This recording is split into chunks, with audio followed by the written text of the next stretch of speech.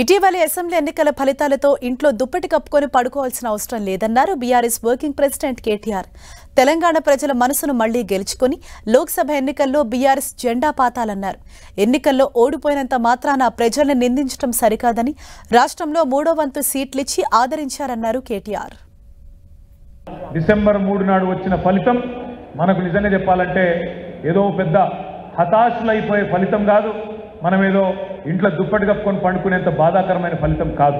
తెలంగాణ ప్రజల మనసు తిరిగి మళ్ళెట్లా గెలుచుకుందాం, లోక్సభలో మళ్ళెట్లా జెండా పాతుదాం, మళ్ళెట్లా గులాబీ జెండా ఎగిరేద్దాం అనే దిశగా ఆలోచన చేద్దాం తప్ప పొరపాటున కూడా ఏ ఒక్కరు కూడా ప్రజలను నిందించే విధంగా, ప్రజల తీర్పును అవమానించే విధంగా మాట్లాడవద్దని నా విజ్ఞప్తి.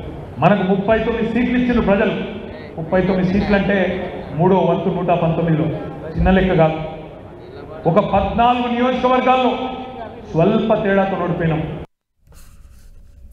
ఇచ్చిన 420 హామీలు నెరవేర్చకపోతే కాంగ్రెస్ పార్టీ బట్టలూడదీసి నగ్నంగా రోడ్డుపై నిలబెడదామన్నారు బీఆర్ఎస్ వర్కింగ్ ప్రెసిడెంట్ కేటీఆర్.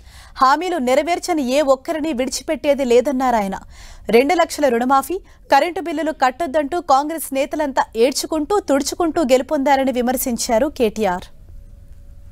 ఈ ఏడ్చుకుంటా తుడుచుకుంటా గెలిచిన ఎమ్మెల్యేలు మానకొండూరులో, చొప్పదండిలో, ఎమ్లాడలో, హుస్నాబాద్లో గెలిచిన వాళ్ళు ఈ 420 హామీలు నిలబెట్టకపోతే కాంగ్రెస్ పార్టీ బట్టలు విప్పి నగ్నంగా రోడ్డు మీద నిలబెట్టవలసిన బాధ్యత మనదే ఉంటుందని ఇడిచిపెట్టాం, ఎట్టి పరిస్థితుల్లో ఇడిచిపెట్టాం. పెద్ద పెద్ద మాటలు చెప్పారు కదా.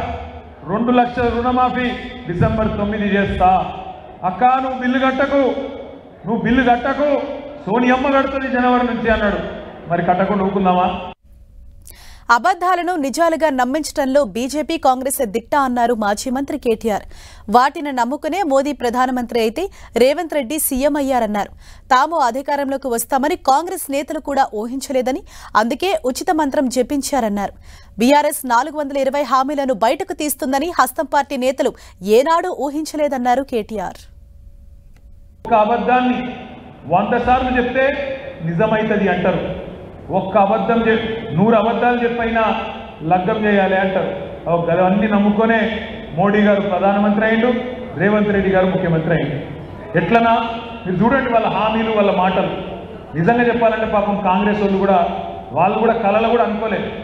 అందుకే వాళ్ళ అధికారంలోకి వస్తాము, ఇవన్నీ నిలబెట్టుకోవాల్సి వస్తుంది అని వాళ్ళు కూడా అనుకోలేదు. నోటికి ఎంత వస్తుందో చెప్పుకుంటూ పోయింది. బస్సు ఫ్రీ, బంగారం ఫ్రీ, ఇది ఫ్రీ, అది ఫ్రీ, నువ్వు ఏది పడితే అది ఫ్రీ అనుకుంటా ఒర్లుకుంటా పోయినరు. వాళ్ళు కూడా అనుకోలే మనం లెక్క కడతాం 420 హామీలు దొరక